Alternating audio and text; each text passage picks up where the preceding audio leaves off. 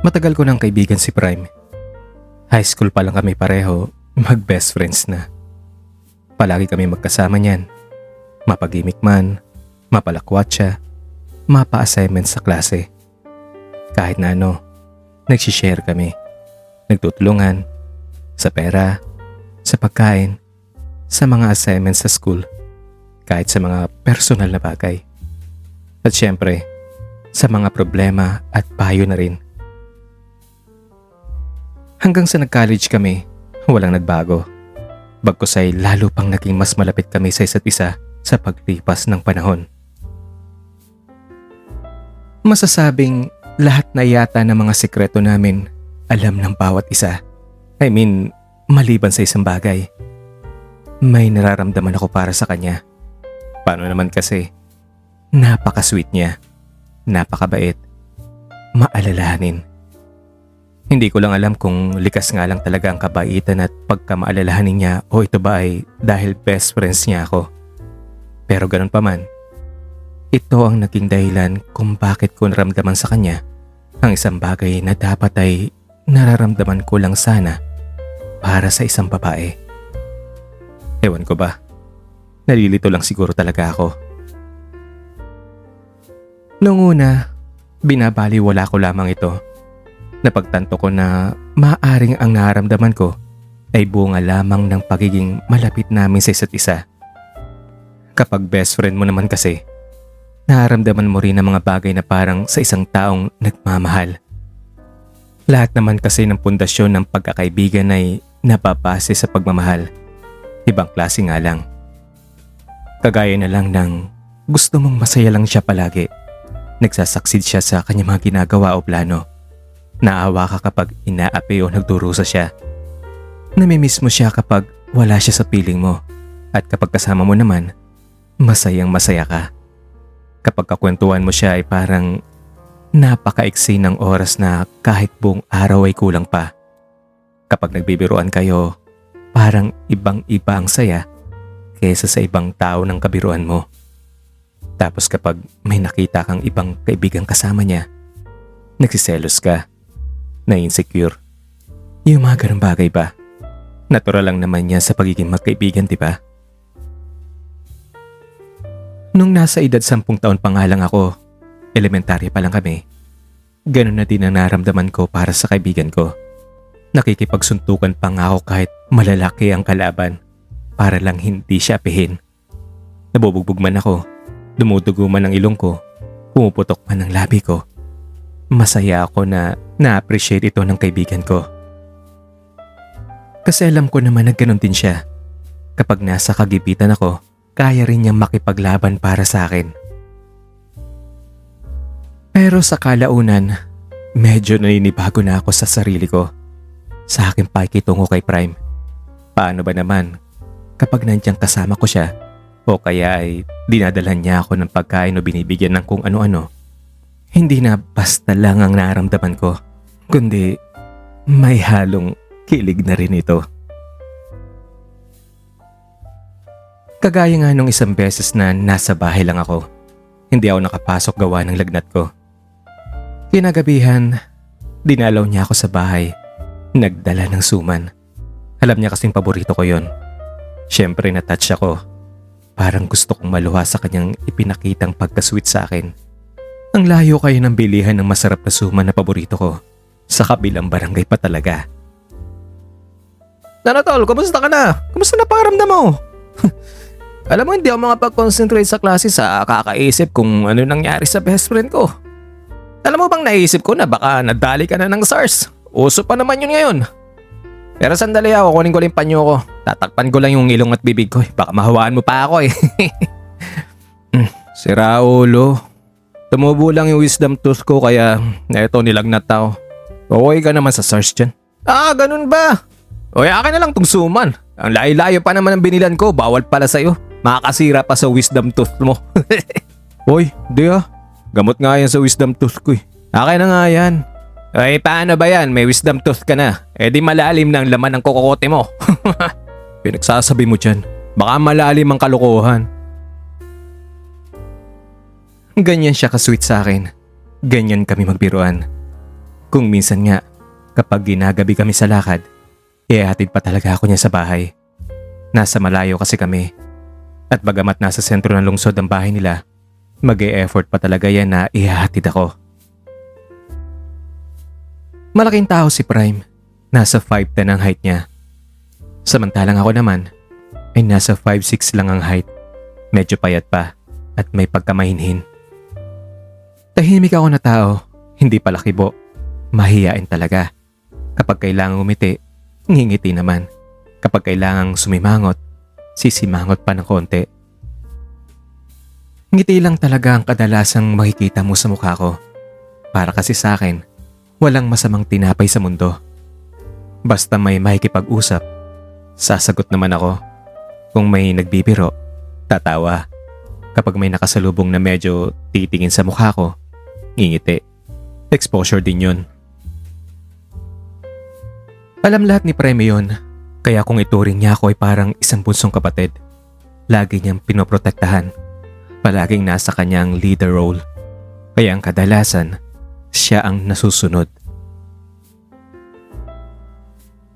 Hindi ko rin naman masasabing bakla ako. Nagkaka-crush din naman ako sa babae. At alam din ni Preme yun. Binibiro pa nga niya ako tungkol doon. Gano'n naman pala eh. Ano, kailan tayo manliligaw? Tutulungan kita. Huwag ka mag-alala. Ngingiti lang ako niyan. Paano ba naman? Para sa akin, makakapaghintay naman ang mga bagay na yon. At kapag talagang nakatadhana ako para sa isang babae, kusang darating siya sa buhay ko na hindi pinipilit, hindi hinahanap. Hindi nga kasi ako yung taong tipong adventurous, enterprising, malakas ang loob. Kung kaya siguro ito ang dahilan kung bakit hindi ako nagbibigay ng effort na manliligaw. Pero si Prime, ibang-iba. Kapag may napusuan, liligawan ka agad. Ang siste, kapag nagiging sila ng babae, hindi naman nagtatagal. Ewan ko ba? Ganyan din siguro ang nature niya. Playboy ba o kung ano pa man yon. Madali lang talaga siyang magsawa.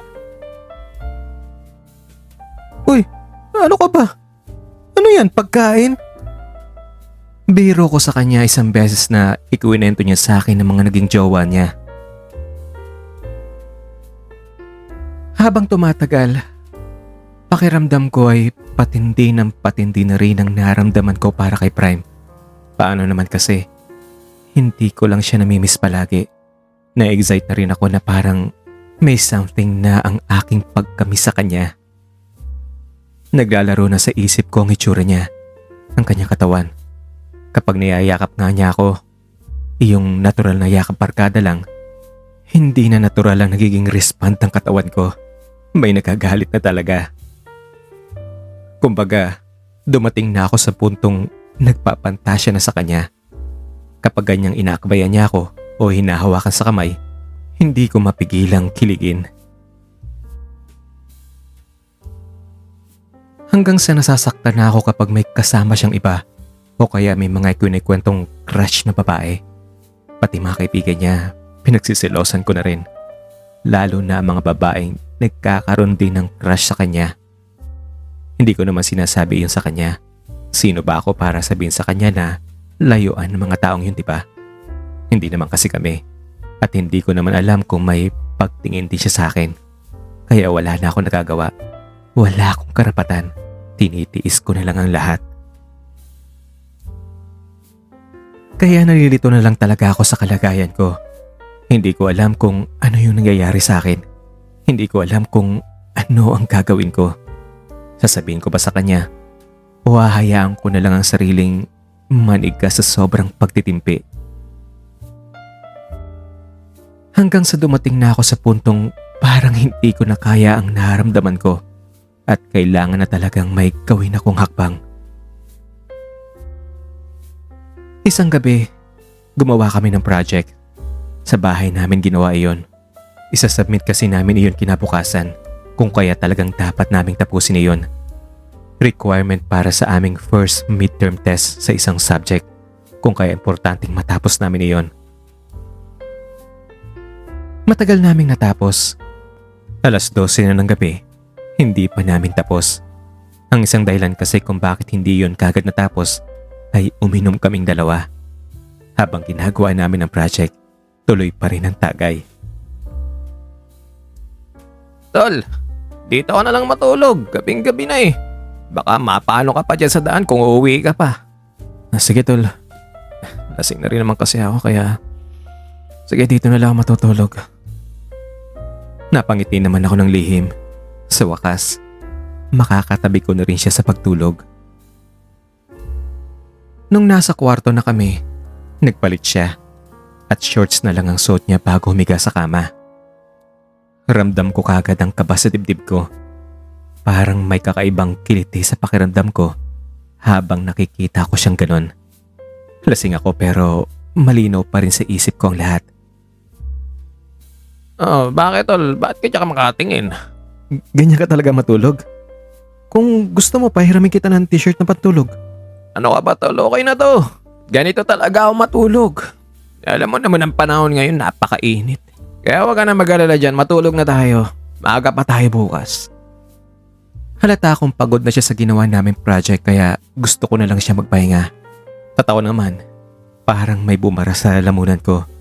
Hindi ko may paliwanag kung bakit parang ang bigat ng pakiramdam ko. Magkatabi tayo sa higaan, okay lang ba sa'yo yun? Ano ka ba naman tol? Okay lang yun. Wala namang masama diba? Tropa naman tayo. Kaya ako naman, hinubad ni rin ang t-shirt ko at humiga sa tabi niya. Mali lang ang kama ko pero kasya naman kaming dalawa. Pero habang magkatabi kaming nakahiga, hindi ko maipaliwanag ang nararamdaman ko. Sa pagdikit ng balat namin, parang may kuryenteng tumaloy sa katawan ko. Tahimik lang siya, nakatihaya at nakapikit ang mga mata. Mukhang tulog na talaga siya. At ako naman ay hindi dalawin ng antok. Punong-puno ang isip ko ng kung anong-anong tanong. Sa isang bahagi ng isip ko, gusto ko siyang yakapin at manatili lang sa tabi niya. Pero sa kabilang bahagi, may takot na baka masira ang pagkakaibigan namin kung gumawa ako ng bagay na hindi niya magugustuhan. Matagal ko siyang pinagmasdan. Ang tahimik ng kwarto at ang tanging naririnig ko lang ay ang mabagal niyang paghinga. Maya-maya pa, hindi ko napigilan ang sarili ko na idantay ang kamay ko sa kanyang dibdib. Dahan-dahan, parang sinusubukan ko kung magigising pa siya. Pero hindi siya gumagalaw. Doon ko napagtanto kung gaano kalakas ang paghanga ko sa kanya. Hindi ko alam kung dahil sa alak ko dahil matagal ko nang itinatago ang nararamdaman ko. Pinilit kong pakalmahin ang sarili ko. Sa gitna ng katahimikan ng gabi, habang magkatabi kaming nakahiga, doon ko unang napagtanto na ang pinakamahirap palang kalaban ng sariling damdamin. Kaya nakagawa ko ng isang bagay na sa bandang huli pala ay pagsisisihan ko.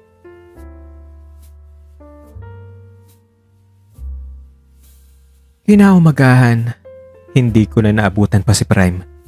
Maaga itong nagising at daladala niya ang project namin.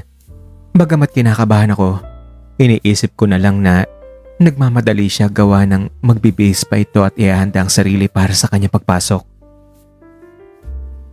Pero yun na pala ang simula ng kalbaryo ko. Nung nagkita na kami sa school, umiiwas na siya sa akin. Hindi na niya ako pinapansin at kapag nialapitan ko naman siya, kusa siyang tatalikod at aalis na para bang hindi ako nag-i-exist. Doon ko na naramdaman ang hiya at matinding guilt sa ginawa ko. Nasaktan ako siyempre. Hindi na niya ako kinakausap. Ibang kaibigan na ang sinasamahan niya. At nung hindi na ako nakatiis, pinuntahan ko na talaga siya sa kanilang bahay. Dahil kilala ko naman ang kanyang pamilya, pinapasok nila ako sa kanilang bahay. Prime, nandito si Ian. Ang tawag sa kanya ng mama niya. Nasa loob kasi siya ng kanyang kwarto. Ma, sabihin mo wala ako. Anong walang sinasabi mo dyan? Nandito na siya sa loob ng bahay, tangi. Lumabas ka na dyan, naghihintay siya. Nasaktan naman ako sa sinabi niyang iyon. Sa sagot pa lamang niya na iyon ay talagang itinakwil na niya ako. Sige na Ian, maupo ka lang dyan. Bababa na yon. Yung batang yung tinatamad lang talaga yon. Madaling araw na kasing nakauwi. Teka, saan ba kayo nanggaling? Tita, hindi ko po alam eh. Hindi ba kayo magkasama kagabi? Hindi po eh. Ganun ba? O siya, hintay mo na lang siya dyan ha. Oy, Prime! Dalihan mo na dyan, naghihintay si Ian dito. Dinig na dinig ko ang pagdadabog ni Prime sa loob ng kanyang kwarto. Kakabwisit naman ang aga-aga, istorbo. At nung nakalabas na ito, halos bumagsak ang kanyang pintuan sa lakas ng pagsara niya rito. Nakasimangot naman siyang humarap sa akin. Sa labas nga tayo mag-usap. Tumayo kami at lumabas. Sa labas ng kanilang gate ay may simentadong upuan. Doon niya ako dinala. Naupo naman ako. Nanatili siya nakatayo na para bang ayaw niya akong kausapin at gusto niyang makaalis na kagad. Tol, pasensya ka na. Sorry na sa nagawa ko, sa ginawa ko sa'yo. Pasensya? Ian, hindi ko akalain na bakla ka pala. Na ganyan ka pala. Yumuko na lang ako at doon na tuluyang bumagsak ang mga luha ko. Iyon bang pakiramdam na nasa pinakamababa kang parte ng buhay mo? At ang tanging makakatulong at makakaintindi na lang sa'yo ay yung kaibigan mo sana na sa pagkakataong iyon ay siya pang ipinamumukha sa yung napakaliit mong tao na ang kulang na lang ay duraan ka na lang niya at tapak-tapakan. Doon ko naramdaman ng sobrang pagkaawa sa sarili ko. Ipinangalandakan ba naman niya at walang kemeng sinabing bakla ako na parang hindi ko matanggap na manggagaling sa kanya. Hindi mo ba ako mapapatawad sa ginawa ko, Tol? Wala namang mawawala sa atin, Tol. Pareho naman tayong lalaki, di ba? Yun na nga masakit eh. Pareho tayong lalaki. Tapos, ginawa mo yun.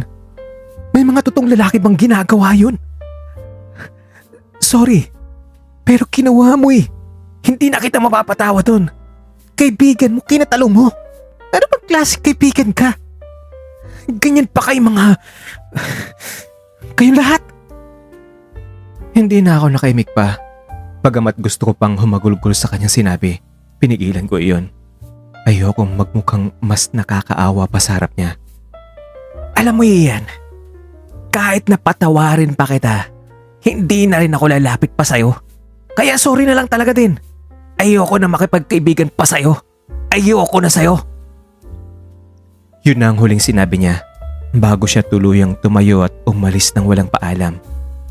Naglalakad ako sa kalsada na tila walang patutunguhan habang walang patid naman ng pagtulo ng mga luha ko. Hindi ko alam kung saan tutungo. Hindi ko alam kung saan ako dadalhin ng mga paa ko. Ang tanging nangingibabaw lamang sa isip ko ng sandaling iyon ay ang matinding pagkahabag sa sarili. Bago ako nakalayo, nilingon ko siya. Mahal kita, Tol. Nang marinig niya iyon ay hinabol niya ako. Hinawakan ako sa kwelyo ko. Sira ulo ka! Huwag mong ko ipapaya dito! Kung ako sa'yo aalis na ako bago kita masaktan pa! Tumakbo na ako palayo. Wala akong laban sa kanya. At tama naman siya. Ilalayo ko na lang ang sarili ko sa kanya para huwag siyang mapaya. Pakiwari ko'y isa akong taong may matinding karamdamang nakakahawa. Iniiwasan ng mga tao.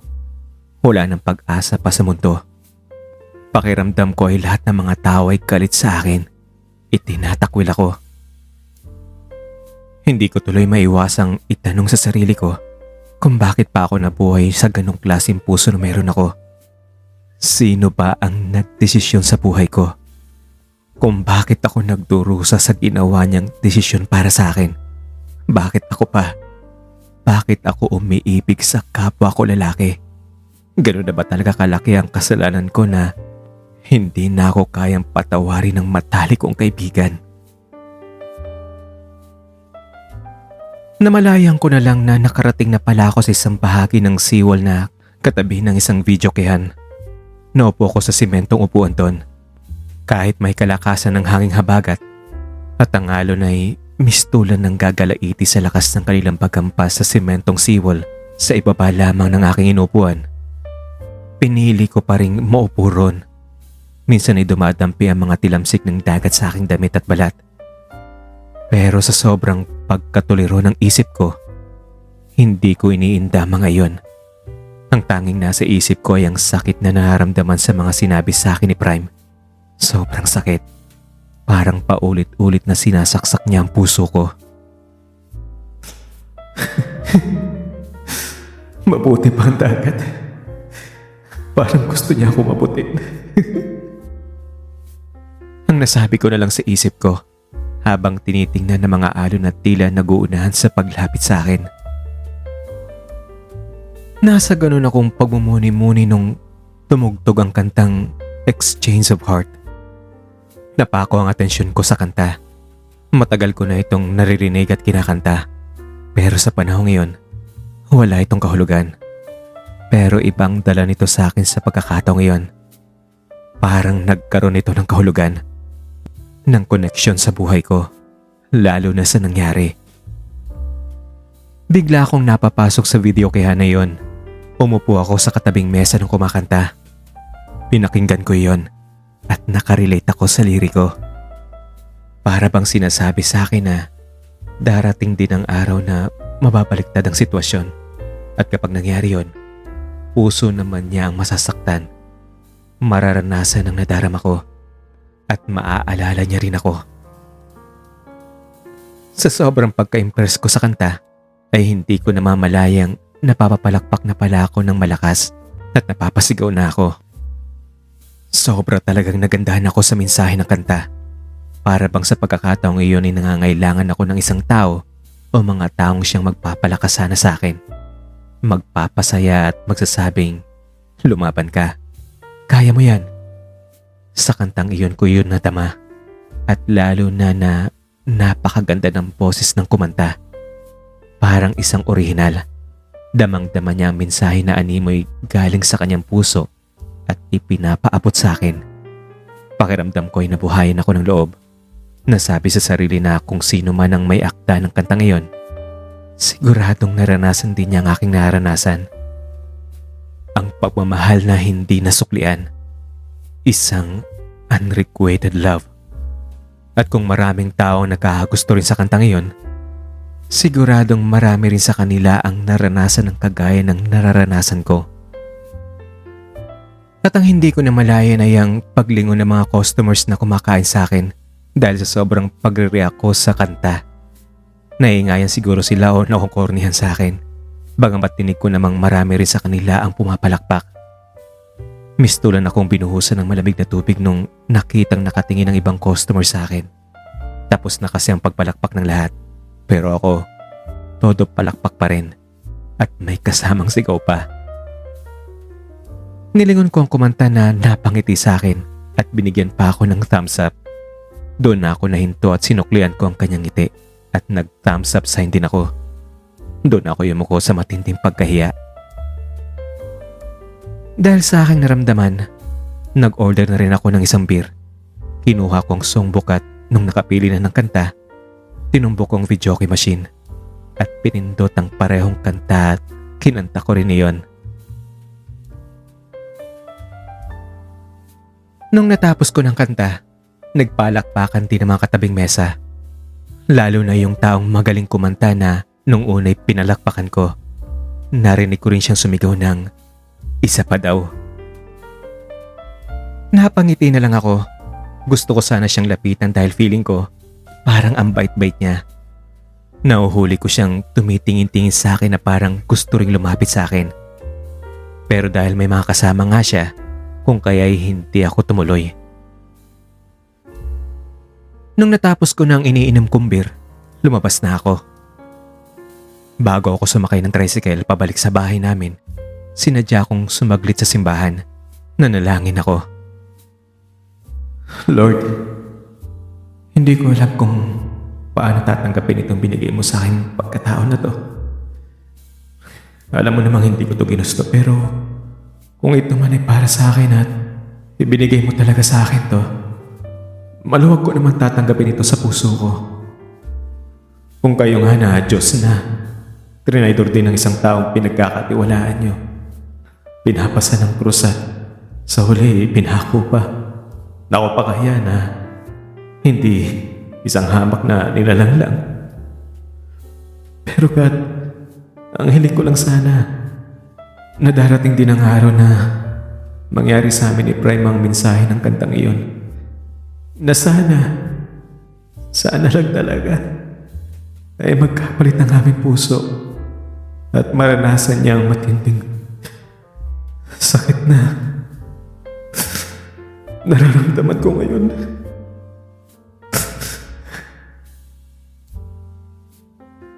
Napagdesisyonan ko na pilitin ang sariling isara ang puso ko para kay Prime. Hindi ko na rin inaasahang babalik pa ang pagiging magkaibigan namin. Nasayangan lang ako sa haba ng pagiging magkaibigan namin. Nasaktan ako, nagkamali, humingi ng patawad, pero nabigo. Para sa akin, matitiis kong hindi niya mahalin. Huwag lang sanang maputol ang maganda naming samahan bilang magkaibigan. Pero wala akong kontrol sa isip niya.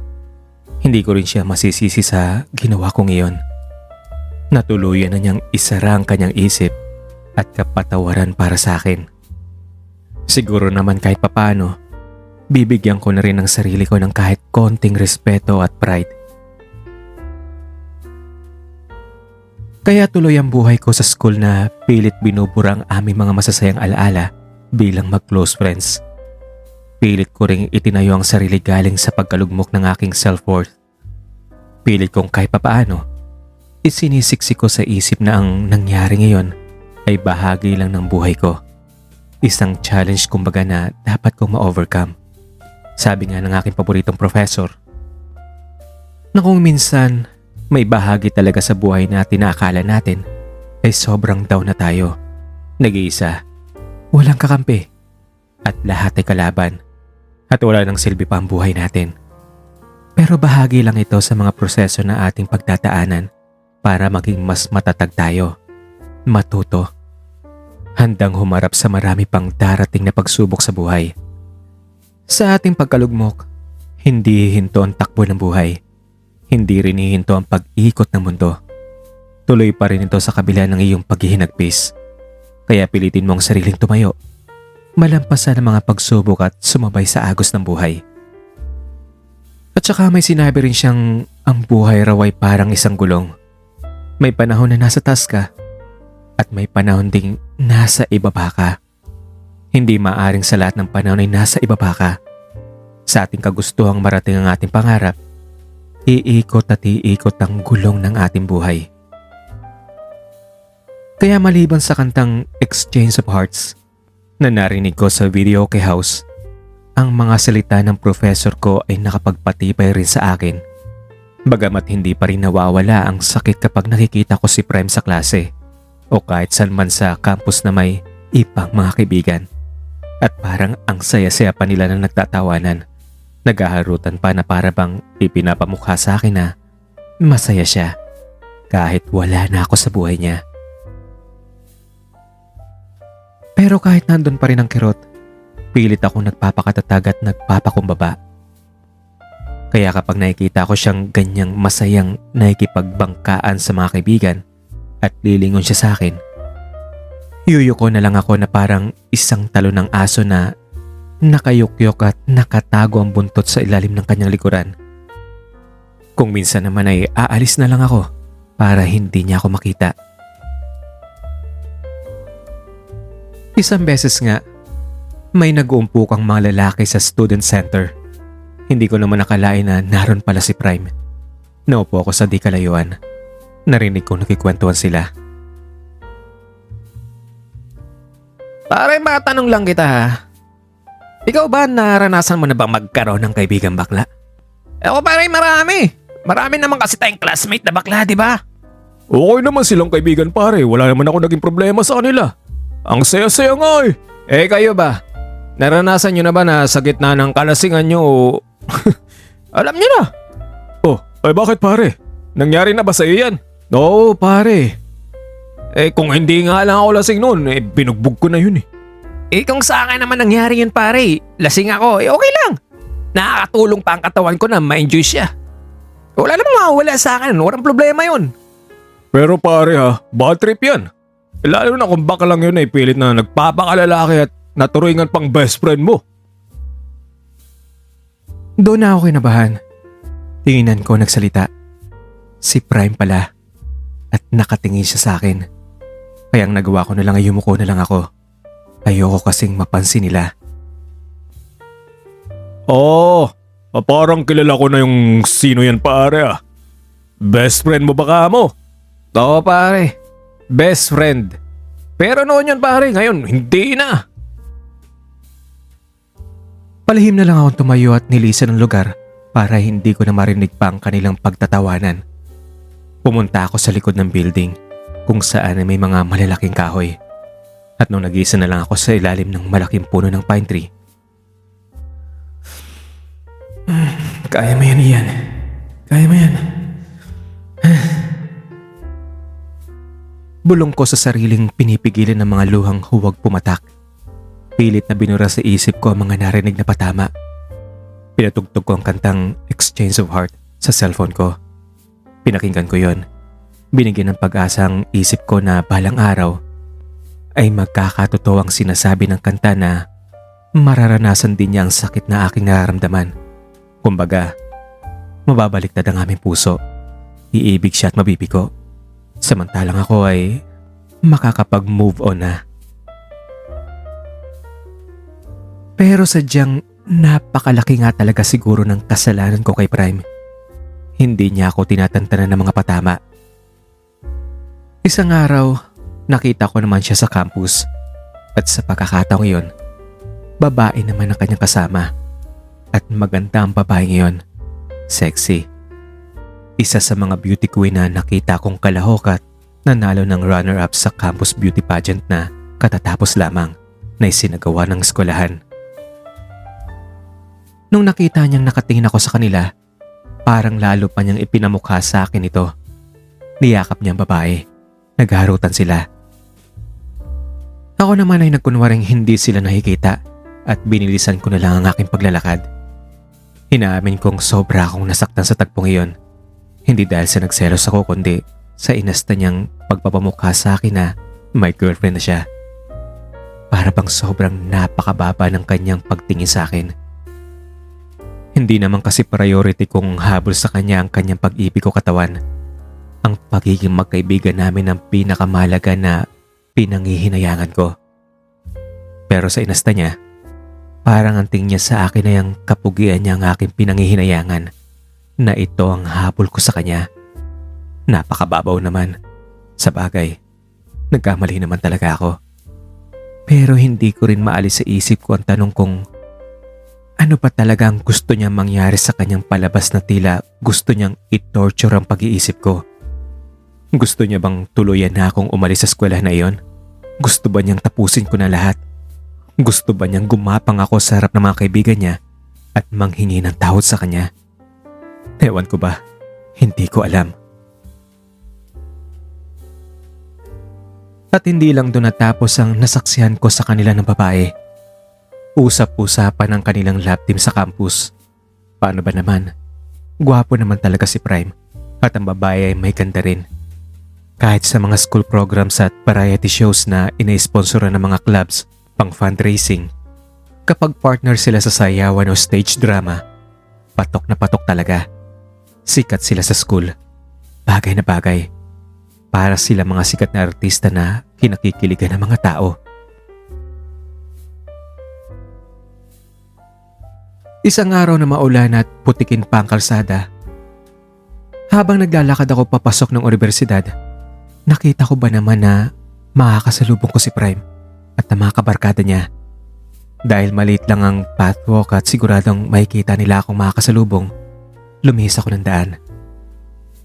Sa di kalayo ang pathwalk may isang maruming lanaw na puno ng putik.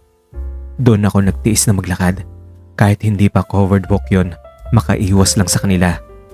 May trauma na kasi ako sa kanila. Habang lihim ako naglalakad, Nakayuko lang ako para hindi mapansin. Bigla naman akong nadulas. Nalaglag ako sa putik na nakadapa pa at nagkalat ang aking mga gamit sa putikan. At dahil sa ingay na nagawa ko, napansin nila tuloy ako. Ang ginawa ng grupo niya ay huminto. Nilapitan ako, pinagtatawanan at kinunan pa ng litrato.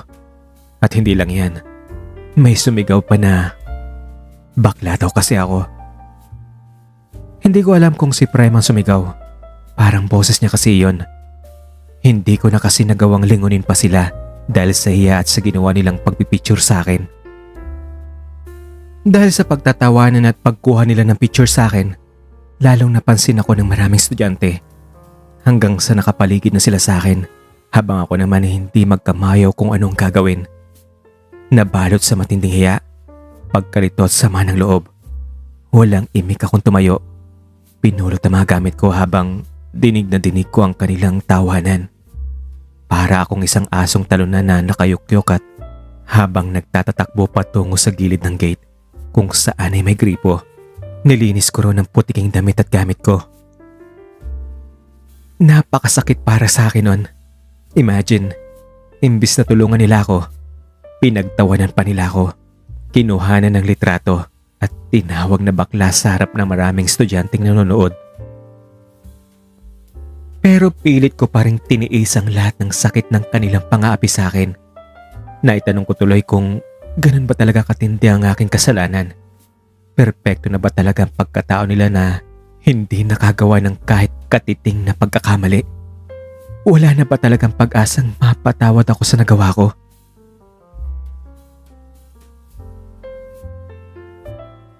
Kinagabihan nga, nakapost na sa Facebook ang mga kuha nila sa akin. May nakadapa akong putikan, may nakatayo. Ang damit, mukha at ulo ko ay napabalot ng putik. May kuha rin kung saan ay namumulot ako sa aking mga gamit.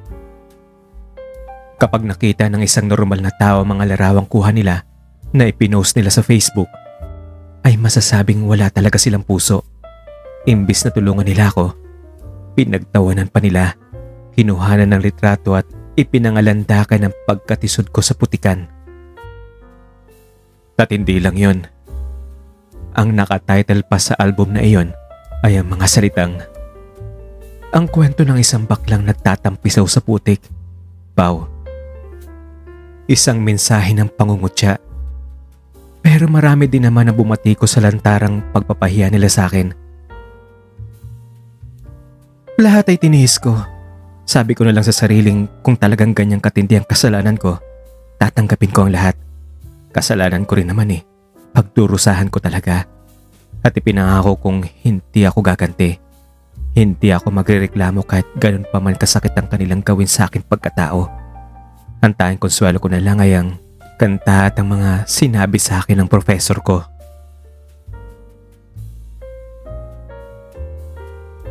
Isang araw, naisipan kong magpunta sa videoke bar. Mahilig lang kasi akong kumanta. Sa kanta kasi parang nailalabas ko ang aking salobin. Sa kanta, nababawasan ang bigat ng nadarama ko. 20 pesos lang kasi ang extra ko. Sapat lang para sa 4 na kanta. Ang plano ko iupo na lamang ako sa seawall pagkatapos kumanta. Magmumuni-muni.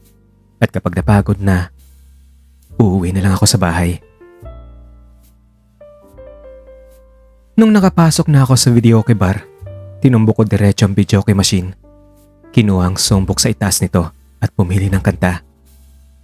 Dahil wala namang kumakanta sa mga kumakain, ako lang ang nagpatugtog. Nung napili ko na ang aking kakantahin, dali-dali kong kinuha ang mikropono at umupo sa malapit na mesa. Hindi ko na tinignan pa ang ibang customers.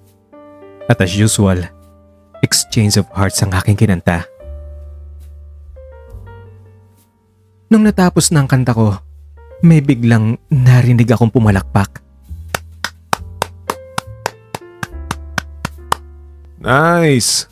Ang galing-galing mo naman. Ang boses na narinig ko sa likuran ko. Nilingon ko ang pinanggagalingan ng boses. Nakita ko ang lalaking kumanta rin sa aking kanta sa unang beses kong pagpunta sa videoke bar na yon. Napangiti ako. Hindi ko akalain na naroon pala siya. Lumapit siya sa akin. Di ba ikaw yung dating nagpunta rito tapos kinanta mo rin yung kanta na yan? Di ba ikaw yun? Oo. Ako nga. At ikaw rin yung kumanta niya nung nandito ako, di ba? Tumango lang siya. Binitawan niya ang isang nakabibighaning ngiti. Nun ko lang siya napagmastang maigi sa malapitan. At ang nasabi ko na lang sa isip ko, ang gwapo pala niya. Singkit ang kanyang mga mata. Maputi na makinis ang kanyang muka. Matangos ang kanyang ilong.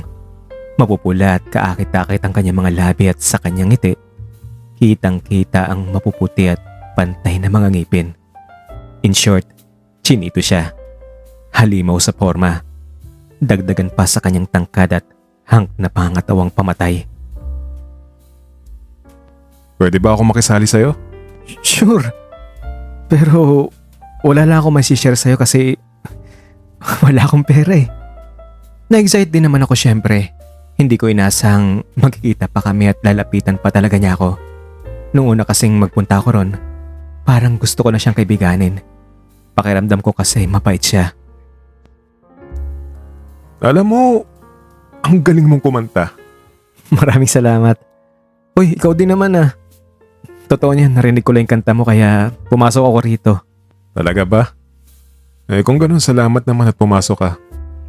At eto, naging kaibigan pa kita. Nga pala, Marco pare. Marco de Asis. Sabay abot ng kanang kamay niya at tinanggap ko naman yon. Ian Traves. Saan ka nga pala nag-aaral pare? Sa St. Francis University. Talaga? Wow! Bakit? Kasi sa next semester dyan ako mag-i-enroll. Magta-transfer ako dyan. Huminto kasi ako. At least, may kaibigan na ako sa university na yan. Swerte talaga ang pagpunta mo dito pare. Talaga ba? Uy, welcome ah. Bakit? Tagasan ka ba dati? If you don't mind me asking, bakit ka nga pala huminto sa pag-aaral mo? Sa kabilang syudad ako pare. Ayun, gusto ko lang huminto. Tinamad siguro, yun lang. Ang sagot niya. Alam ko walang kalatoy-latoy ang sagot niya ngayon. Feeling ko may mas malalim na dahilan kung bakit. Ayaw niya lang sigurong sabihin. O siya, sige na. Mas maganda siguro kung kumanta na lang tayo. At saka gusto ko ring marinig yung version mo ng Exchange of Heart. Sige, mas mabuti pa nga siguro. Waiter. Oy, pare. Kaya ako to ha. Huwag ka mag-alala. Tita ko may-ari nitong bar na to. We, di nga. Oo. Kung kaya dito ako nakatambay at minsan kapag bakante ako, tumutulong din ako lalo na kapag weekends at maraming customers. Nice! Ang swerte ko pala. Tamang-tama. 20 pesos na lang ang pera ko. Tinitipid ko lang para, alam mo na, para makakanta ako. Dumating na ang in-order niyang pagkain na may 4 na beer pa. Masarap ang in-order niyang pagkain. Fried chicken at inihaw na pusit. Kumain kami at pagkatapos ay nagkantahan. Ang galing niya talagang kumanta. Parang isang professional na singer talaga.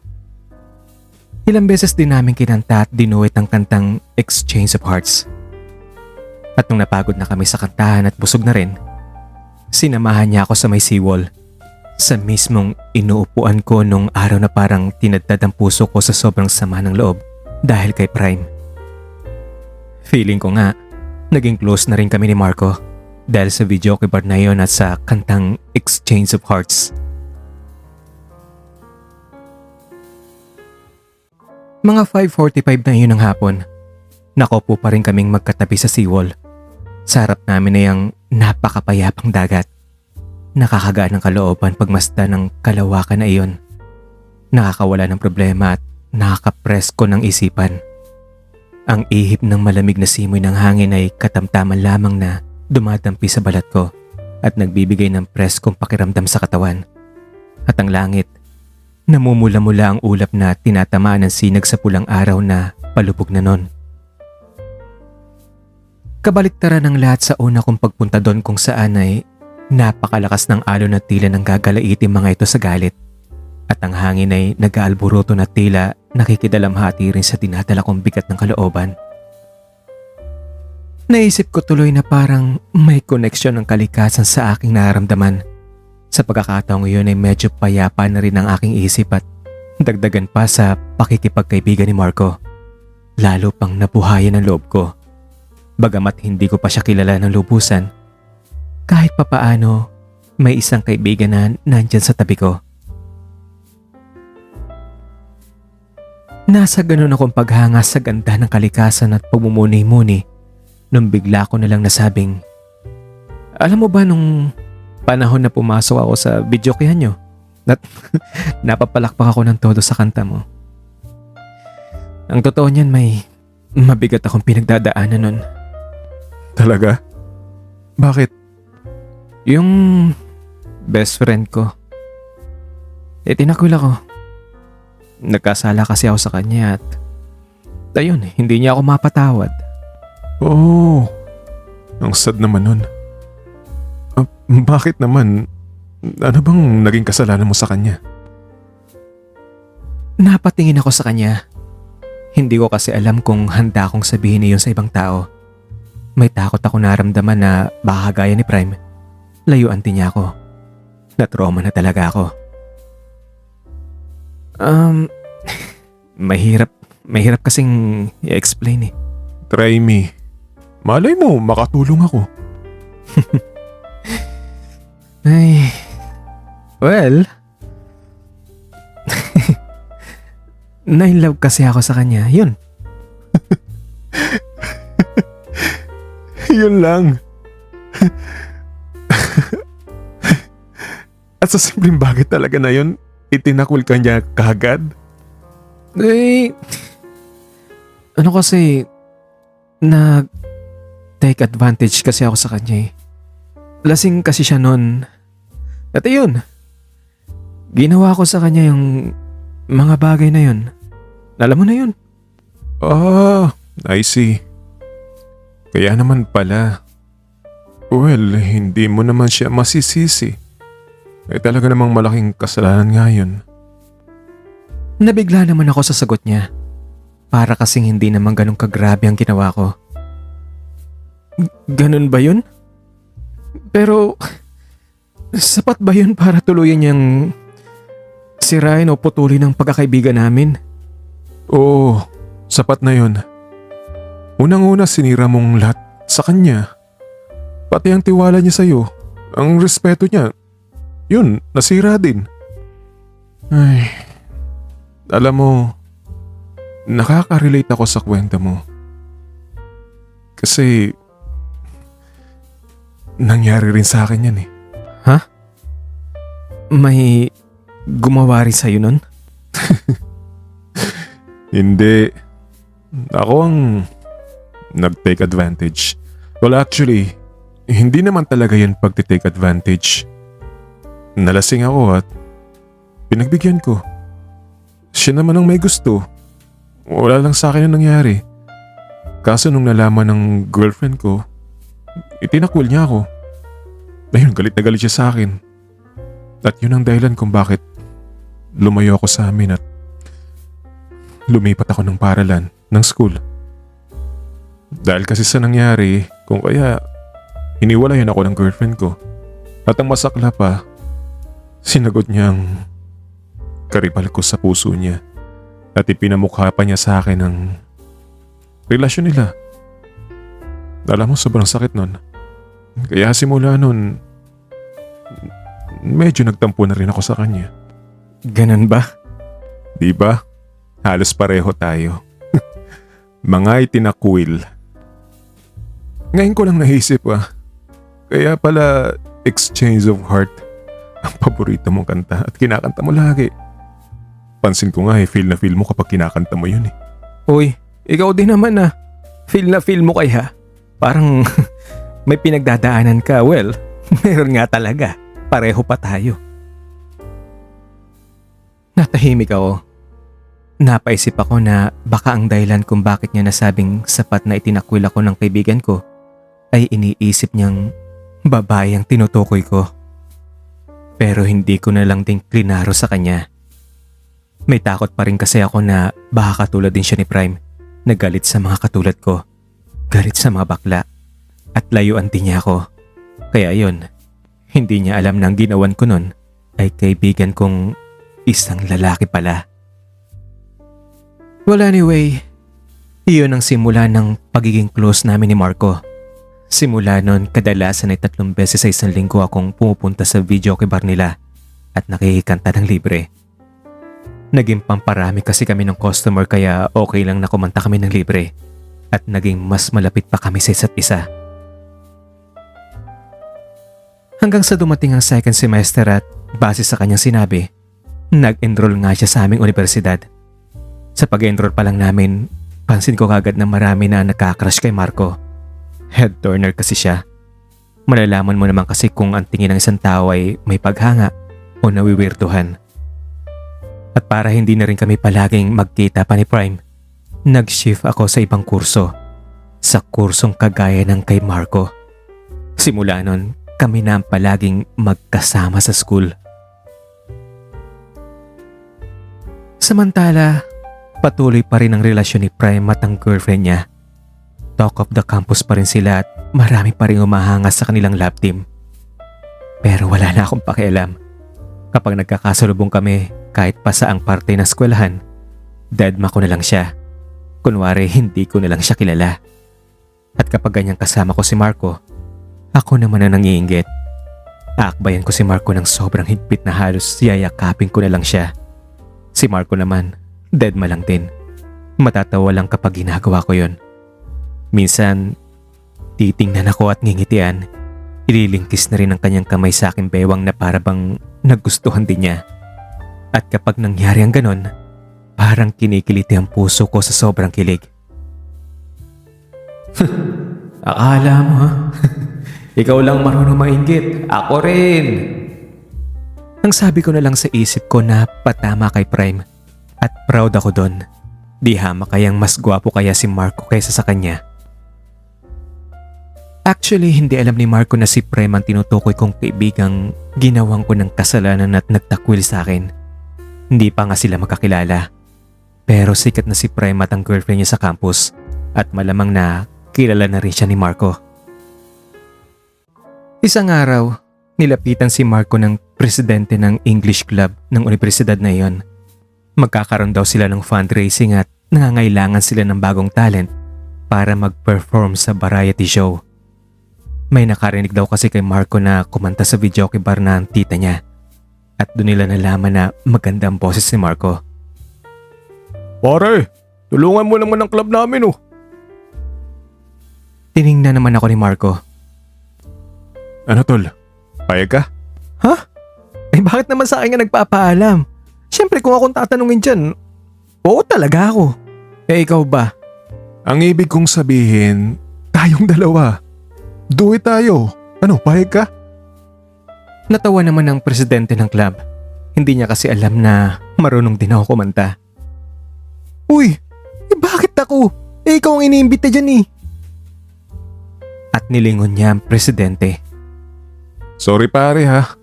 Hindi kasi pumayag ang partner ko eh. Well, sa akin walang problema. Sa partner ko kasi ayaw niya eh. Ang sambit niya. At partner talaga ang tawag niyang title namin. Medyo nakakaintriga. Pero hindi ko nalang pinansin bagamat sa loob-loob ko ay may tuwa akong nadarama. Tol, ano ka ba? Ikaw na lang. At sa hindi ako kasing galing mong kumanta. Hala siya, pahambol pa talaga oh.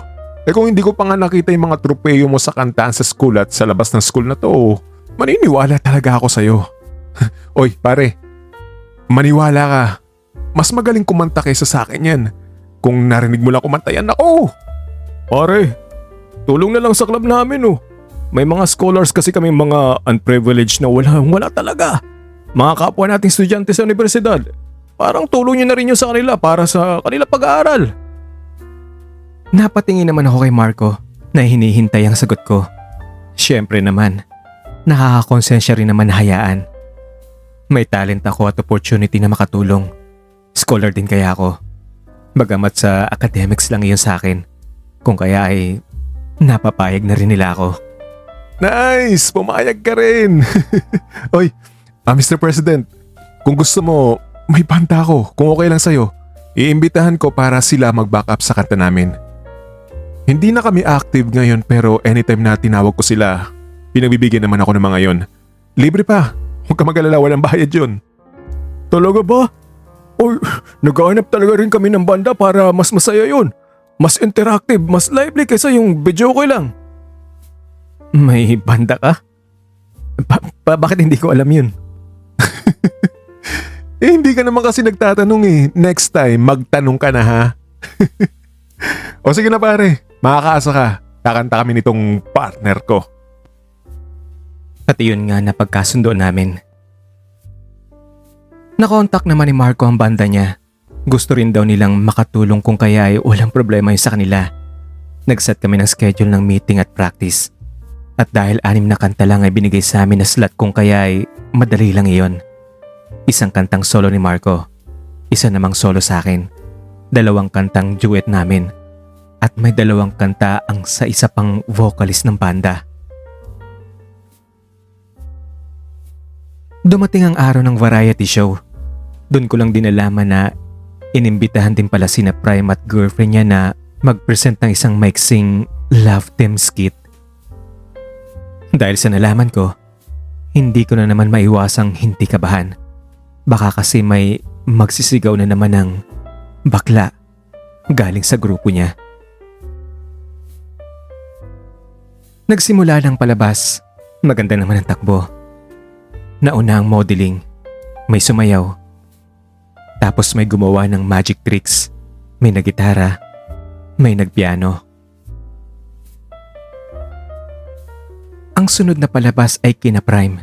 May kwento tungkol sa isang magkasintahan na pinagbawalan ng pagmamahalan ng kanilang mga magulang. Nagsumpa ang magmamahalan. Nagtanan at sa bandang huli ay nanindigan sa kanilang pagmamahalan. Nakakakilig. Malakas na palakpakan ang ibinigay ng audience. Nung sinetap na ang banda para kami na ang susunod, nasabi ko kay Marco na kinakabahan ako. Natakot kasi ako na baka may sumigaw na naman na bakla at ipahiya ako. Pero hindi ko na sinabi kay Marco ang dahilan nun. Huwag kang kabahan. Ako ang bahala. Para namang hindi ka sanay na humarap sa maraming tao. Di ba marami ka ng contest na nasalihan? Ako ang unang kumanta. Solo ko iyon sa kantang Exchange of Heart. At dahil siguro sa naramdaman kong kaba, medyo humina ang boses ko. Ewan ko ba, parang iba talaga ang naramdaman ko sa pagkakataong iyon. Taliwa sa ibang mga pagkanta ko na excited at kampante lang. Nagsisimula pa lang ako sa kanta ko nung may narinig akong sumigaw ng bakla, bakla. At dahil doon ay parang tuluyang nawala ang concentration ko at inisip na lang na ihinto na lang ang pagkanta ko or ang performance ko. May narinig na akong nagtatawanan. Nung sa hindi inaasahan ay may narinig akong boses sa mikropono na itinuloy ang pagkanta ko. Nilingon ko ang aking likuran. Si Marco pala. Itinuloy niya ang kanta habang naglalakad patungo sa sentro ng entablado kung saan naroon ako at minimwestra niya akong ituloy ko ang pagkanta. Nakabibingi ang palakpakan ng mga tao nung pumasok na si Marco. First time kasi niyang ma-exposed at sa tindi ba naman ng kanyang forma, kakisigan at ganda pa ng boses, naghihiyawan ang mga babae. Nakangiti siya, kumakaway sa audience, halatang sanay. Nag-i-enjoy sa kanyang ginagawa at walang makikitang kaba sa kanyang forma. Feeling ko nga, nag-wild ang kababaihan at ang mga bakla. Mas kinilig pang ang audience sa kanya kaysa sa palabas ni na Prime at ng girlfriend niya. Itinuloy ko na rin ang pagkanta. Ginawa naming duet at ang ganda niyang mag-blend. Ang solo ko sanang kanta ay naging duet na. Bali sagutan ng aming cycle na may blending. Bahagyang natahimik ang mga tao nung nagpatuloy na kami sa aming pagkanta. At nung natapos na ito, naghihiyawan uli ang audience na tila nagwala. Doon na ako sumigla at ginanahan. Kaya nung sumunod na kanta, todo bigay na ako. Ipinakita ko talaga ang best ko. Iniisip na isa lang yun sa mga contest na sinalihan ko. Ang sunod naming kinantay ang The Sound of Silence. At ang sumunod naman ay ang solo ko na The Past. Hindi ko na binanggit kung kanino ko ito inihahandog, pero may laman ang kanta kong ito at patama sa kaibigan ko. At ang sunod uli ay duet naman na may laman din. At pareho kaming nakaka-relate bilang mga sawi sa pag-ibig. Can't Cry Hard Enough. Halos bumagsak ang buong auditorium sa lakas ng palakpakan at hiyawan ng mga estudyante. At lalo na noong inilingkis pa talaga ni Marco ang kanyang kamay sa aking bewang habang kumakaway sa mga audience. Kumaway na rin ako. At ang isang kamay ko naman ay inilingkis ko na rin sa kanyang bewang. Maya-maya lang ay may sumigaw na mga grupo na kiss daw. Alam kong hindi galing sa grupo ni Naprime ang sigaw na iyon. Grupo ng mga kababaihan iyon na kinilig sa tandem namin. Nakangiti lang ako, kunwari Tedma. Pero doon ako kinabahan nung pinatulan ba naman ni Marco ang mga sumigaw. Ano?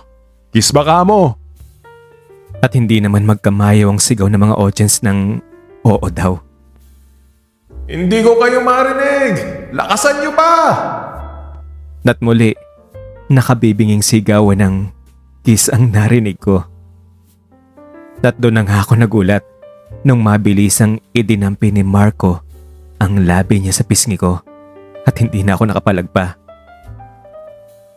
At pagkatapos pa niyang gawin iyon, ay parang nanunukso pa siya sa mga audience ng Ano? Ganyan ba? hiyawan lang ang mga tao. Nagsipulan pa. Pero ako, tila mawawalan ng ulirat sa kanyang ginawa. Hindi lang dahil sa ginawa niya.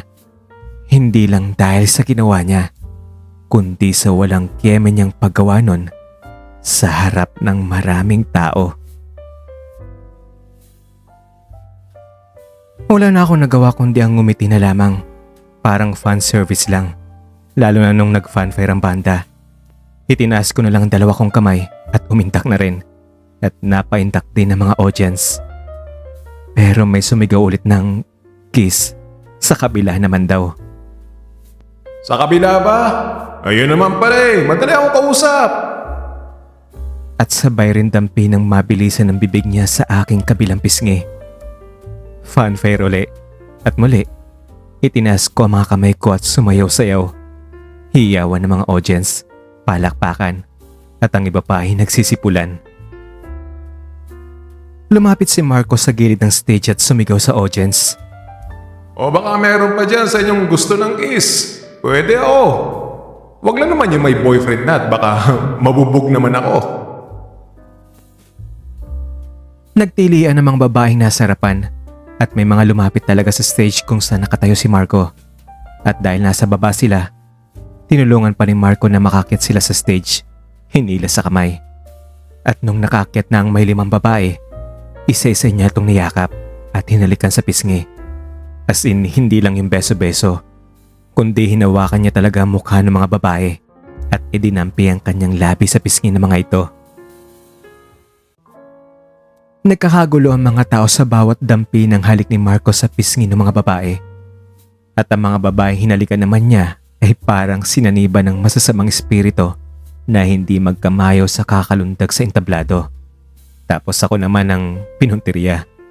Nagtatatalo na nagmamakaawang halikan din daw nila ako. Tawang-tawa naman si Marco at minuestra na lang ako na halikan ko na lang din daw sila. Kaya yun din ang ginawa ko. Tawanan din at hiyawan ng mga tao. Sobrang game talaga si Marco. Grabe, walang keme. Nasabi ko tuloy sa sarili na marahil hiniwalayan siya ng girlfriend niya dahil na-misinterpret nito ang pagka-game ni Marco at pagiging malapit niya sa kanyang mga tagahanga. Napakabait pati. Hindi siya yung tipong snob. Bihira lang kaya sa mga gwapo ang ganyang kapalakaibigan. At game pang makipagharutan sa mga tagahanga. Ang lakas pa ng loob, hindi nahihiya. Kung ako siguro yon na hindi pa kilala ng mga tao at hindi rin sila kilala, ayokong mag-initiate ng ganun-ganun na lang na magtawag ng audience ng kung sino bang magpapakiss. Baka mapahiya lang ako o kaya'y masigawan ng Boo! Feeling! Pero siya, sobrang confident sa sarili. Alam niyang may dating siya sa mga tao. Alam niyang nabubulabog sa kanyang kagwapuhan ng mundo ng kababaihan at sangkabaklaan. At alam niya kung paano dalhin ng sarili para lalo pang tumaas ang excitement ng audience. Para lalo pang tumili ang mga ito at magwala. Lalo na mga kababaihan at kabaklaan. Sobrang saya talaga ng show. Ang galing niya. Nanatili ang mga babae sa stage. Nakalingkis ang mga bisig sa aming mga tagiliran. Hanggang sa nagulat naman ako sa in-announce ni Marco. I want to take this opportunity guys para i-invite kayo na manood ng gig namin ng banda namin every night po yan sa The Black Stallion Resto. Simula bukas ng gabi at kasama ko po dito ang partner kong si Ian. 9 p.m. to 12 midnight po yan ng gabi, Monday to Saturday. Kaya sana makita po namin kayo doon. Nagpalakpakan ng audience. Tuwang-tuwa sa announcement. Siguro dahil excited silang malaman na makikita nilang muli si Marco. Sikat rin kasi ang resto bar ng tita niya. Sasarap ba naman ng mga barbecue na manok nila? Sila ang may ganong klaseng style ng pagbabarbecue. At kakaiba rin ng sarap. Specialty talaga nila iyon. Signature na sarap na sa resto lang nila mahanap. Dagdagan pa na mistulang nakalutang na resto sa dagat. Open air. At sa ilalim lang mismo ng restaurant ay ang tangke nila ng mga buhay na isda. Tilapia, bangos. May mga alimango at shellfish kung saan ay pwedeng mamingwit ng mga customers o ituro ang gusto nilang isda o shellfish o alimango pa na ipapaluto nila. Kaya dinadayo ito ng maraming customers at estudyante. Napatingin ako kay Marco. Hindi naman niya kasi sinabi sa akin na kasali na pala ako sa banda at magpe-perform pa kami gabi-gabi sa resto bar nila. At nga pala isa pang announcement guys. Nangangailangan po ang TBS Resto ng 5 stand-up comedian. Open lamang po ito para sa mga student talents. Gusto po namin tulungan ng mga estudyanteng may mga talentong magpatawa na magkakaroon ng side income. Kung magaling po kayong magpatawa at mangokray with sense of intellect and wit, this is your chance po to be with us. Malay po ninyo, you will be the next stand-up comedian ng Pilipinas. At kung sakali pong matatanggap kayo, you will work from 6 p.m. to 9 p.m. Magbigay ng saya ng katatawanan sa mga customers ng TBSR. And if you are interested, please see me po, Marco D. Asis po ng Engineering Department. Once again po, maraming salamat sa suporta nyo. Magandang gabi na rin po. At kumaway na kami nagpaalam sa audience. Gusto ko sanang tanungin sa kanya kung bakit ako nasali sa banda at hindi man lang sinabihan bago pa mag-announce. Pero dahil nasa stage pa kami, nilingon ko na lang siya. Ang mga mata ko ay nagtatanong. Aba, ang ginawa lang niya sa akin ay kinindatan niya lang ako. Bakit di mo sinabi agad na kasali na pala ako sa banda niyo at magpa-perform na kaagad kinabukasan? Ang tanong ko sa kanya nung wala na kami sa stage. Ano kasi, kanina lang din tinext ng tita ko yung proposal niya. Ito, basahin mo sa cellphone ko. Ayan yung text niya. Oh. Ang sabi niya, Marco, why don't you and your band perform at TBS? You and Ian are a perfect match. Bukas ng gabi, let's start. I'll start to make some arrangement na sa resto ha. Don't say no. Ayan o, tingnan mo nakaka-caps lock pa. Ayan o, basahin mo. O ano, naniwala ka na. O di ba pati tita ko, bilib na bilib sa pagkanta mo. Wala na ako nagawa kundi ang mapangiti na lang. Noong nagpa-practice pa kasi kami sa resto bar nila para sa variety show na iyon, may ilang beses na napanood kami ng tita ni Marco at nagustuhan niya ang aming kanta at aming duet ni Marco. Nagbiro pa nga sa akin ito na kukunin daw niya akong singer doon sa resto bar nila. Pero syempre, wala naman silang banda or something sa resto bar nila. Pure videoke lang kung kaya ay hindi ko yun sineryoso. Yung pag-kiss mo sa pisngi ko, para naman saan yun? Di ba nga, humihingi ng kiss sa mga tao, hindi ginawa ko. Oy, bakit? Sigurado ka bang ako ang gusto nilang i-kiss mo? Alam nga namang yung gitara kong ikiss ko. O kaya yung mga miyembro natin sa banda. Tayo lang naman ang nagduduit, di ba? Kung 3 sana tayo nagduduit o 4, magtatanong talaga ako kung sinong ikikiss ko. Gusto ko sanang pahabain pa ang pagtatanong ko sa issue na iyon. Kinikilig kasi ako. Kagaya ng mga tanong kung bakit naman kinis pa niya talaga ako. O kung ano ang naramdaman niya sa pagkiss niya sa akin. O gusto ba talaga niyang gawin niyo sa akin. At marami pang iba. Pero hinayaan ko na lang sa isip ko ang mga tanong na iyon. Natatakot akong may marinig na hindi maganda galing sa kanya. Baka masaktan na naman ako. Kaya nilasap ko na lang ang sarap ng kilig. Sa halik niya sa pisngi ko na sariwa pa sa aking utak. At iniisip ko na rin na may meaning iyong paghalik niya sa pisngi ko. Kinabukasan, may nagtag na sa akin ng mga litrato na inad sa Facebook. At nakapost ito sa isang FB group na may pangalang Marlon Friends. At meron ng mahigit 300 members. Mabilis talaga silang nakahagilap ng ganong karaming member sa isang araw lang. Nakapost doon ang mga litrato namin sa variety show ng gabi ngayon. May solo picture ako. May solo rin si Marco. May kaming dalawa at may mga kuha rin kung saan hinalikan ako ni Marco sa pisngi ko. At ang mga babaeng naroon din. Siyempre marami nag-react. May mga nag-comment na ang cute daw ni Marco. Ang cute nilang dalawa ni Ian. Nakaka-inlove. Bagay sila. Ang gwapo ni Ian. Ang gagwapo nilang dalawa. Marcolan love team na. Marcolan forever. Ultimate crush. Pambansang kilig. Dali-dali kong ibinalita kay Marco. Nung tinignan niya ang mga nakasulat sa Facebook, mga nag-react, natawa na lang siya. Ganyan na ba tayo kasikat? Ang dami mo kasing tagahanga. Ako lang ba? Marami ka rin kaya? Hindi naman ako nakasagot kagad. Gusto ko kasi sanang isingit na, paano yan? May nanunuksong love team daw tayo.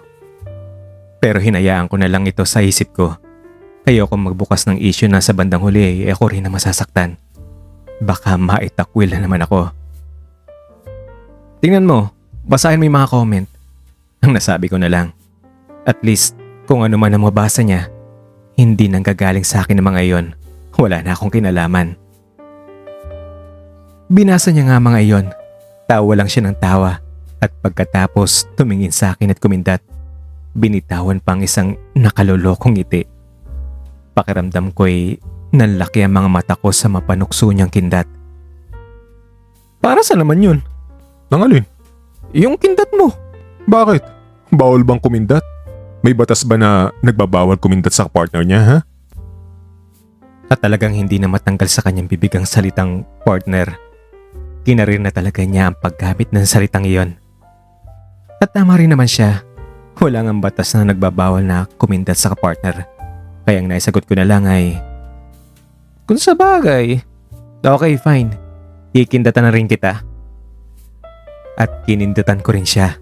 Iyong kindat na may pagkapilyo sabay bitiw ng isang pigil na tawa. Kinikilig pa. At lumaki ang kanya mga mata. Parang na-excite. Oo.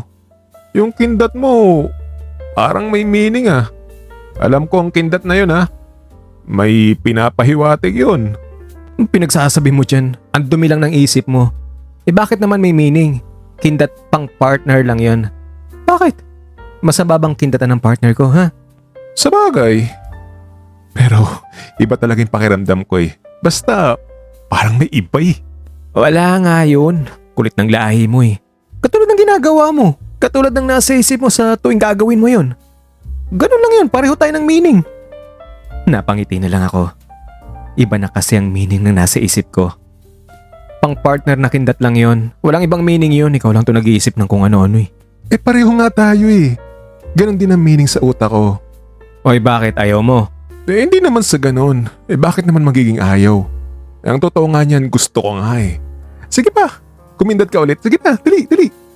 At kinindatan ko ulit siya. Ganun pa rin. May pagkapilyo.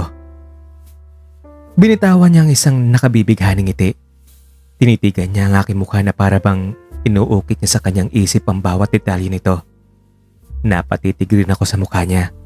Ewan ko ba, para akong nalulusaw sa titig niya. Pero pinilit ko ang mga mata ko na makipagtitigan sa kanya. Alam mo Ian, ang cute mo pala no? Kung naging babae ka lang sana, niligawan na kita. At doon na yumuko ang lola niyo. Hindi makatingin sa kanya. Pero nag-beautiful eyes pa rin ako sa sarili. Feeling ko kasi, ang haba-haba ng pilik mata ko. Kung may pamaypay lang akong dala nun, yung abani ko na bulaklakin, itinakip ko na ito sa bibig ko at kinurot ng pinong-pinong tagiliran niya na hindi ko titingnan ang mukha niya dahil sa iya at sasabihin sa kanyang, "Ikaw naman, bolero ka talaga. Bakit ang tagal naman?" At saka tatawa ako ng cute na tawa na parang naiihi.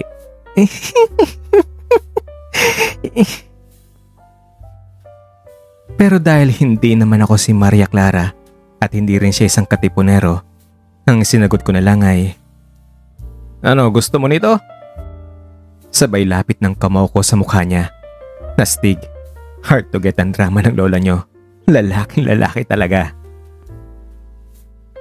Tumawa lang siya. Tumalikod at umiling-iling sabay sarcastic na sabi ng, Wow ha, ang laki ng kamao mo. ang laking tao niya, ang laki pa ng mga muscles kaya alam niyang baliwala ang kamao ko sa kanya.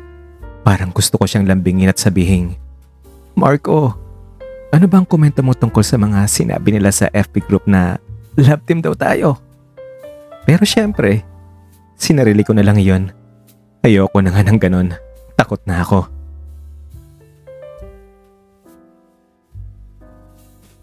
Unang gabi ng pagpipresent ng banda sa TBS Resto kung saan kasali na ako. Dahil Sabado yon, maraming estudyanteng dumalo. Tuwang-tuwang tita ni Marco na unang gig pa lang namin ay nag-click na ito. Standing room only ang resto bar nila.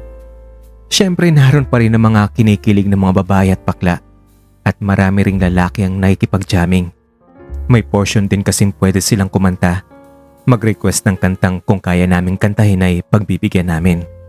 May portion din ng audience participation na kung may gustong makipag-duet sa akin o kay Marco o sa isa pang vocalist ng banda ay pwede rin. Kung hindi naman, may videoke portion. At syempre, hindi mawawala ang beer. Kaya patok ang pakulo namin ngayon. Sobrang saya ko. Hindi lang dahil nakasama ako sa banda na aminin kong matagal ko ng pinangarap, kundi dahil kasama ko si Marco at may pandagdag allowance pa ako. Sa bawat gabi kasi na kumakanta kami ay may bayad iyon. Kinabukasan naman, Linggo, may mga nag-apply na mga stand-up comedian. Mga estudyante at ang karamihan sa kanila ay bakla. Ganoon naman talaga siguro. Mga bakla ang kadalasang gustong maging stand-up comedian. Nakakatawa kasi ang kanila mga hirit at harutan. At may mga napili si Marco na 3 bakla. Isang babae at isang lalaki. Biro pa ni Marco. Sa katagalan siguro itong lalaking kasama nyo ay may love sa nag-iisang tunay na babae sa grupo nyo. At kayong 3 mga bakla, nako magsama-sama na lang kayo. Kayo-kayo na lang. O sige na, okraya na. Sige na, pasample na kayo. Ay nako sir, hindi namin pwedeng gawin yon. Kasi pare-pareho kami. Ew, kadiri. Kung sa double deck ba, puro kami lower bunker. Kaya kailangan namin ng nasa upper bunker. Katulad po sir. At humirit naman yung isang babae na ang sabi, ang lalaki daw ay para sa babae lamang. At nakipag-agawan din ito kay Marco. At Aber, sino nagsabing ang lalaki para lamang sa babae ha? Wala yata ang batas na iyan sa listahan ng mga batas ng Pilipinas. Ginawa ang lalaki para sa mga bakla. Kaya kasama namin siya sa mundo ng mga bakla. At nagtawanan na lang kami sa mga hirit ng bawat aplikante. Ang saya-saya ng aming grupo nun. Ang setup ng kanilang resto bar kapag araw, videoke lang. Kapag 6 to 9 p.m. ay mga pang-o-okre ng mga stand-up comedian. At sa 9 to 12 midnight, kami na, mga banda. Kung minsan na may nakikigulo rin ng mga stand-up comedian. Naging sikat kami noon sa campus. Kung sila ni Prime ay tinaguri ang campus lovebirds, ang tandem namin ni Marco ay tinaguri ang pambansang kilig.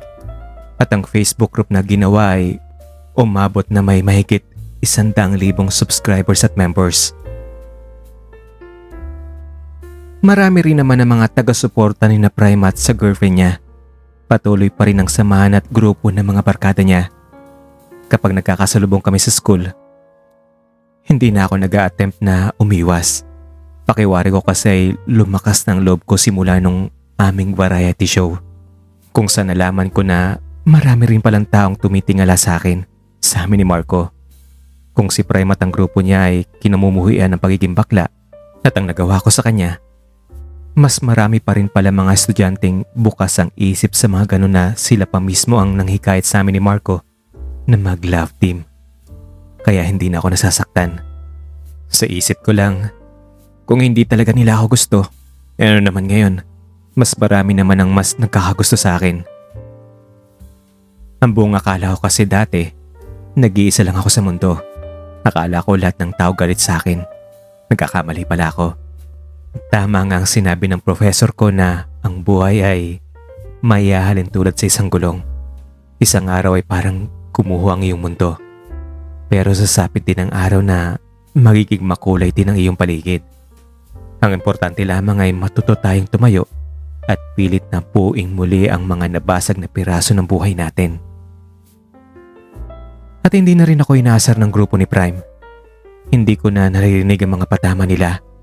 Kapag ganyan nagkakasalubong kami, tinitingnan nila ako. Hindi ko rin alam kung bakit. Siguro dahil iyon sa variety show kung saan ako kumanta at nakita nilang maraming nagkagusto sa aking kanta. O kaya ay dahil ito sa pagiging kapartner ko si Marco na tunay nga namang pambansang kilig at maraming napapaliw na kababaihan, kabaklaan at mga humahangang kalalakihan. O baka rin naman nagustuhan nila ang aking pagkanta. Anyway, nasa student center ako noon, nag-iisa dahil may pasok pa si Marco. Hinintay ko siya. Nagkataon ding nasa di kalayuan ng grupo ni na Prime. Kasama pa ang girlfriend niya. Narinig ko pang nagkakantsawan sila, nagbibiruan, nagtatawa na nung maya-maya ay napansin ko na lang na bigla silang natahimik at ang isa ay nagsisigaw. Ay, pare! Ano nangyari sa'yo, pare? Dahil natakpan nila si Prime, tumuntong ako sa upuan na semento at sinilip si Prime at nakita kong nakaupo lang sila. Halatang-halatang pumumutla at tila nahirapan siyang huminga. Uy, pare! Ano nangyari sa'yo? Sumagot ka! Tanong ulit ng barkada niya.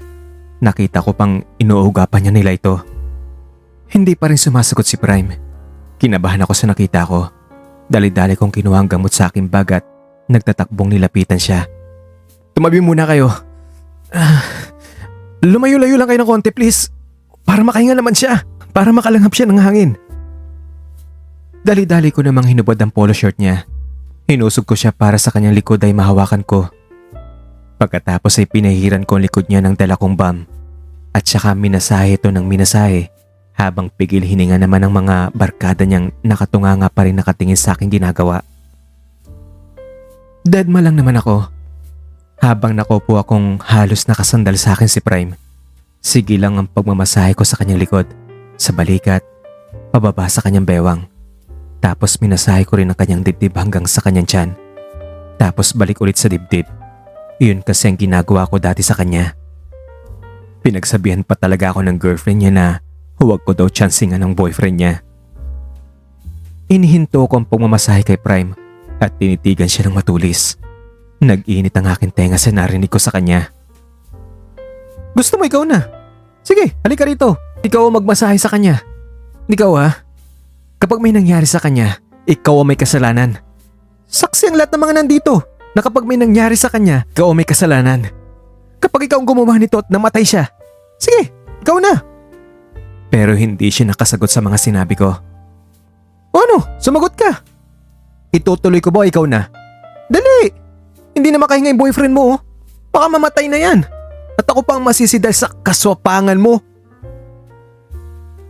Hindi pa rin siya nakasagot. Siguro natakot. Kung kaya itinuloy ko na ang pagmamasahe kay Prime. Alam ko kasing iyon ang pansamantalang lunas sa kanya. Palagi kong ginagawa iyon sa kanya nung may ilang beses ding sinumpong siya ng atake niyang iyon na hindi rin namin alam kung anong dahilan. Ayaw niyang ipaalam sa aming mga magulang niya at ayaw niyang magpatingin sa doktor. Pero sa tingin ko naman ay allergy lang iyon. Inaatake siya kapag nakakalanghap siya ng usok, alikabok o pollen grain. Mabilis din namang nanunumbalik ang lakas at normal niyang paghinga kapag namamasahe ko siya. Nung unang nangyari yon, hindi ko alam ang gagawin ko. Ramdam kong hindi siya makahinga. Namumutla siya.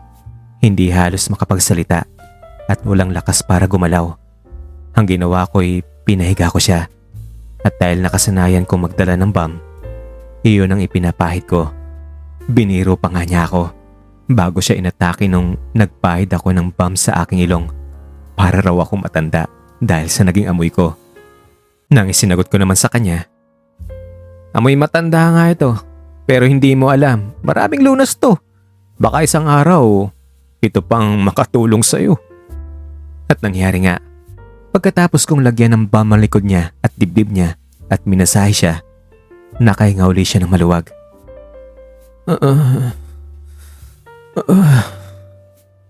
Ang malalim na paghinga niya, palatanda ang bumuti ng kanyang pakiramdam. Gumalaw na rin siya. Hinawakan ang kanyang ulo.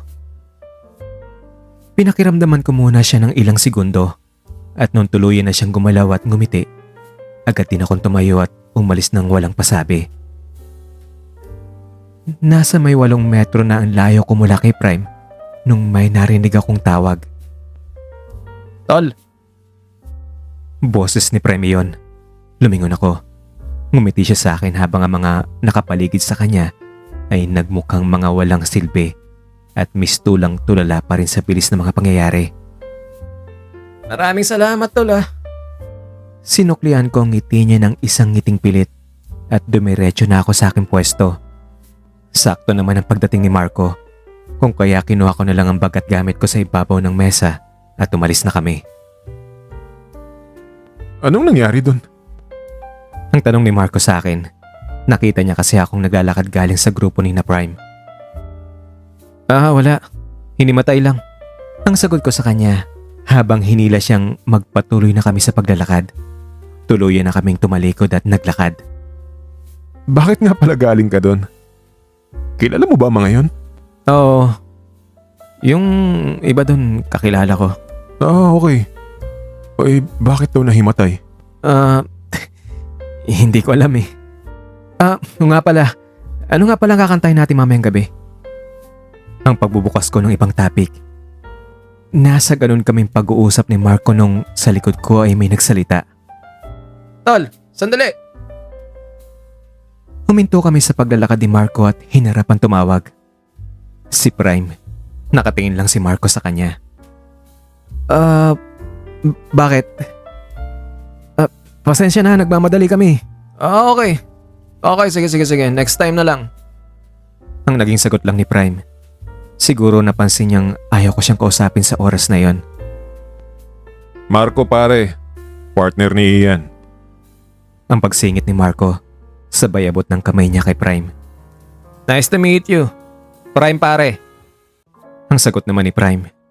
Napahinto ng sandali. Tingnan ako. "Ako nga palang best friend ni Ian." Itutuloy.